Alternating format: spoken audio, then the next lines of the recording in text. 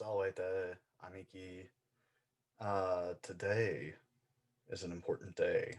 Today we add the last of the cases to our repertoire of cases. And this particular case is really, really informative when it comes to looking things up in dictionaries and knowing what declension the different words belong to. And that here is the genitive case, the genitive. We'll just be looking at the declensions 1 through 3 for today. So let's get into it. So the genitive case is our focus. We'll look at its English equivalents. That is either using the word of in front of the noun or using apostrophe s after the noun. We'll just look at these first 3 declensions here. Each declension has its own form of the genitive case, and that's how we can distinguish what declension a word belongs to when we look it up in the dictionary. The dictionary tells us what the genitive form is. So we'll look at the singular and the plural. The plurals all have something in common with each other. The singular is unique to each declension. So let's take a look at some English equivalents. Here's a dog, and this dog has a shirt. So one of the ways that we can reflect the genitive case is with that apostrophe s. We can say that the dog's shirt is denim. So dogs right here shows possession. And in English, to make a word show possession, we add that apostrophe s to the end. In Latin, that's equivalent to using the genitive case. Another way that we could express an idea that is similar to the genitive case in Latin is with the sentence, I don't like the look of the dog, where of here is doing our work of showing a connection between look and dog.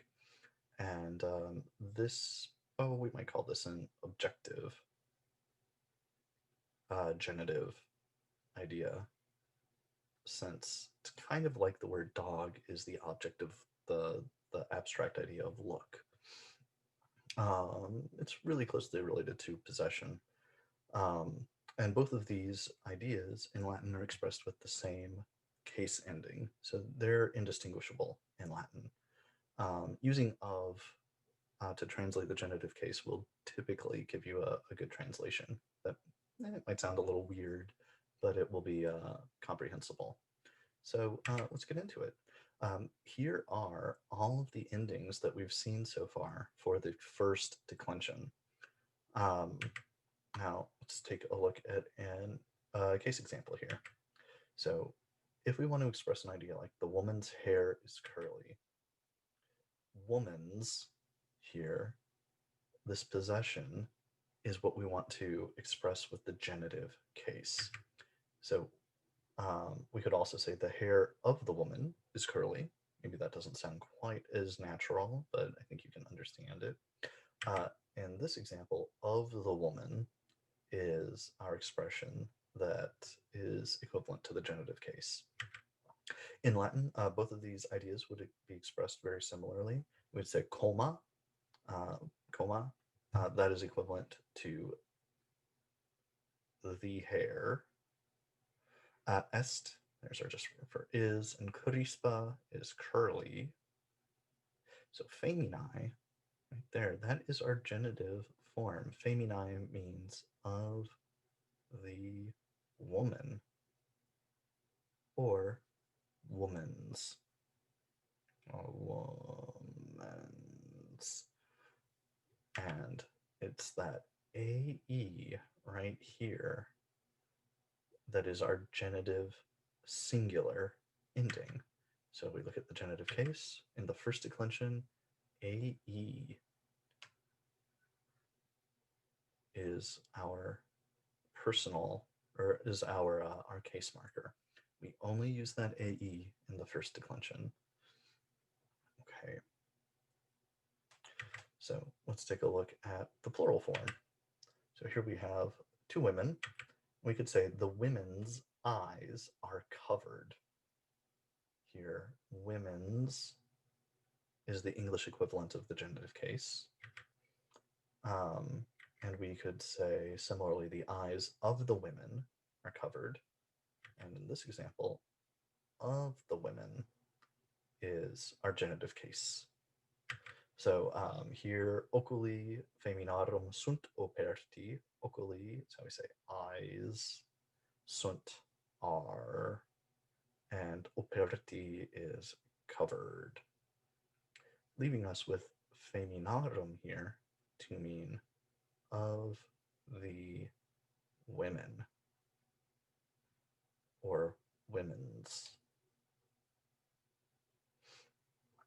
So I think you can tell our ending is arum for the genitive in the plural.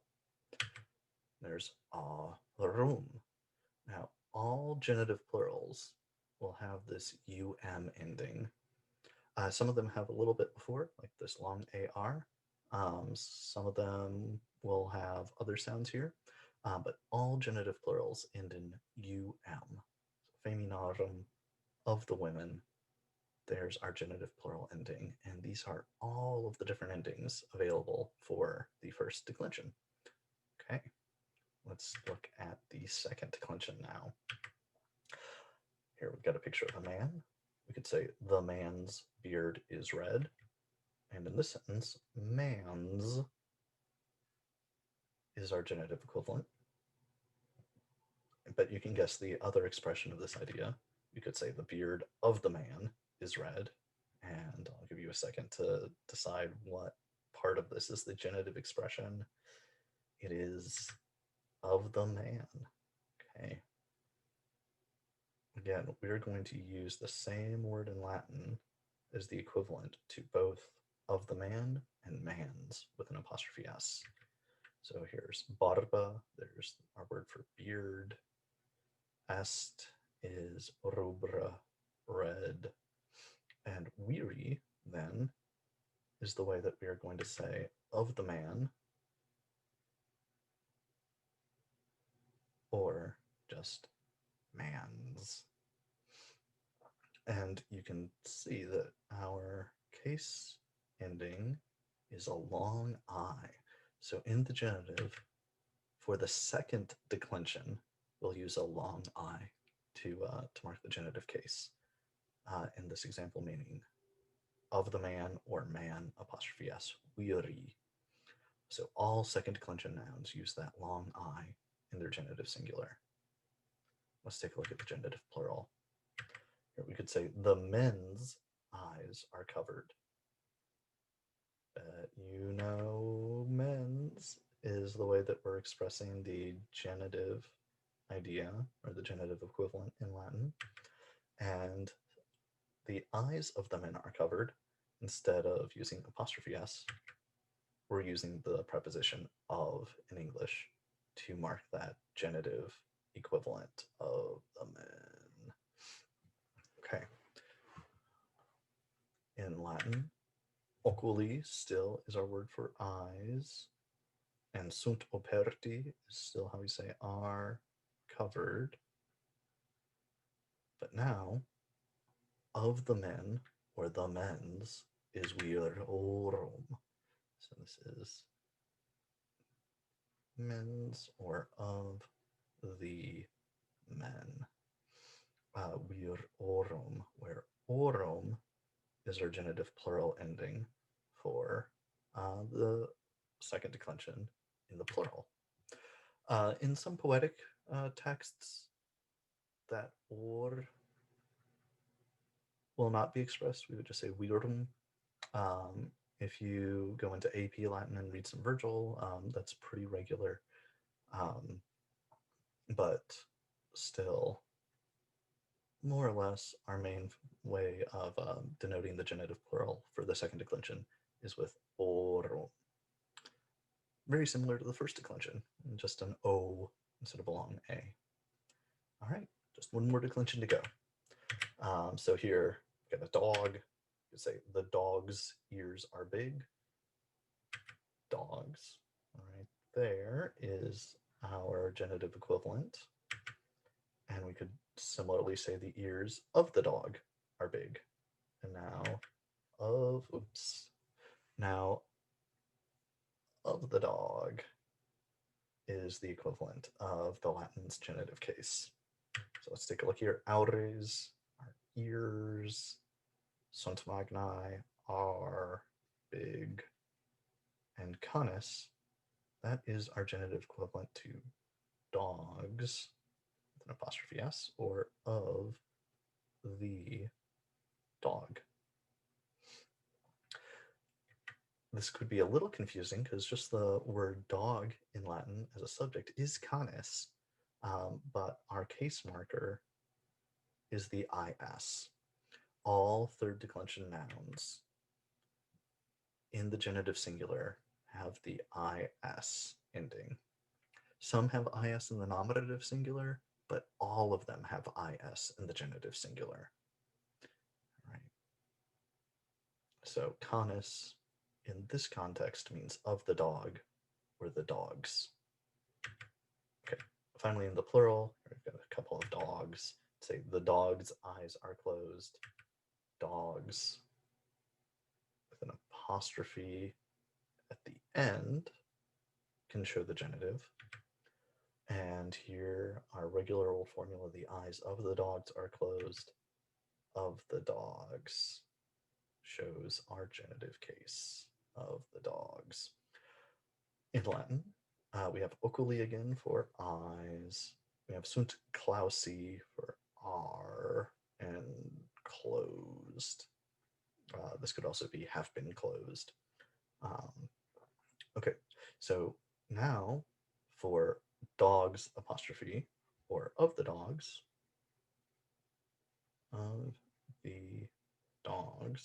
we have canum.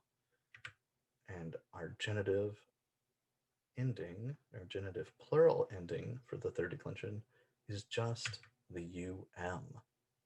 Okay, so for the first declension we had aurum, for the second declension we had aurum, for the third declension just We will see some third declension nouns that maybe expand this a little bit with an I, ium.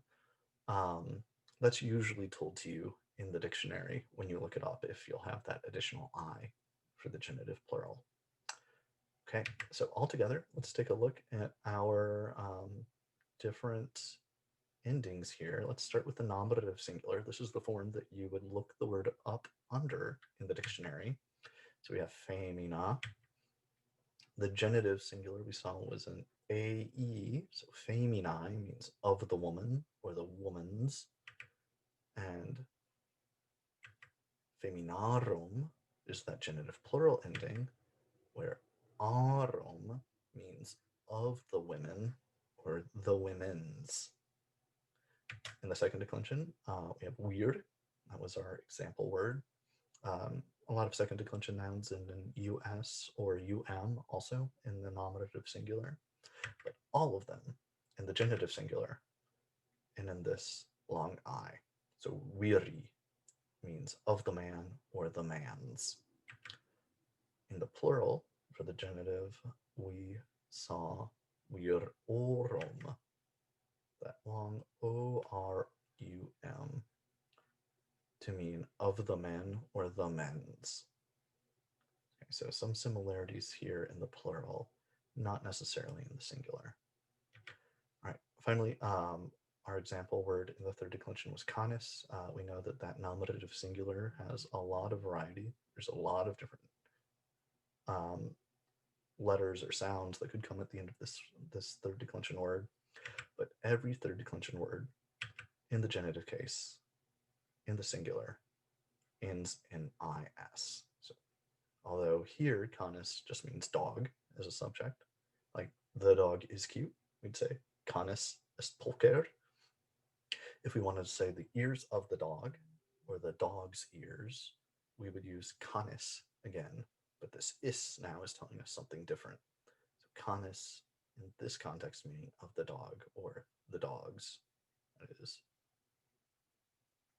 dogs with an apostrophe s. In the plural, We saw we use kanum, where that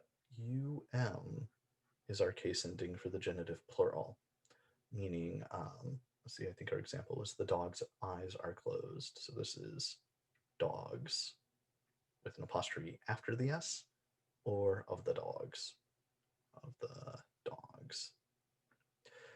In English, distinguishing between the genitive singular or between the possessive with apostrophe S and the plural relies on context. Like some of the ambiguity in Latin relies on context. Anyway, let's take a look. So in our genitive plural, do you want to just draw your attention? All of these genitive plurals use the first and second declensions have a syllable in front of them also added, but every single genitive plural ends in for every declension. Okay, so those are our topics. We looked at the genitive case, its English equivalents, either dogs or of the dog, if we're talking about the singular. In the plural, say dogs or of the dogs.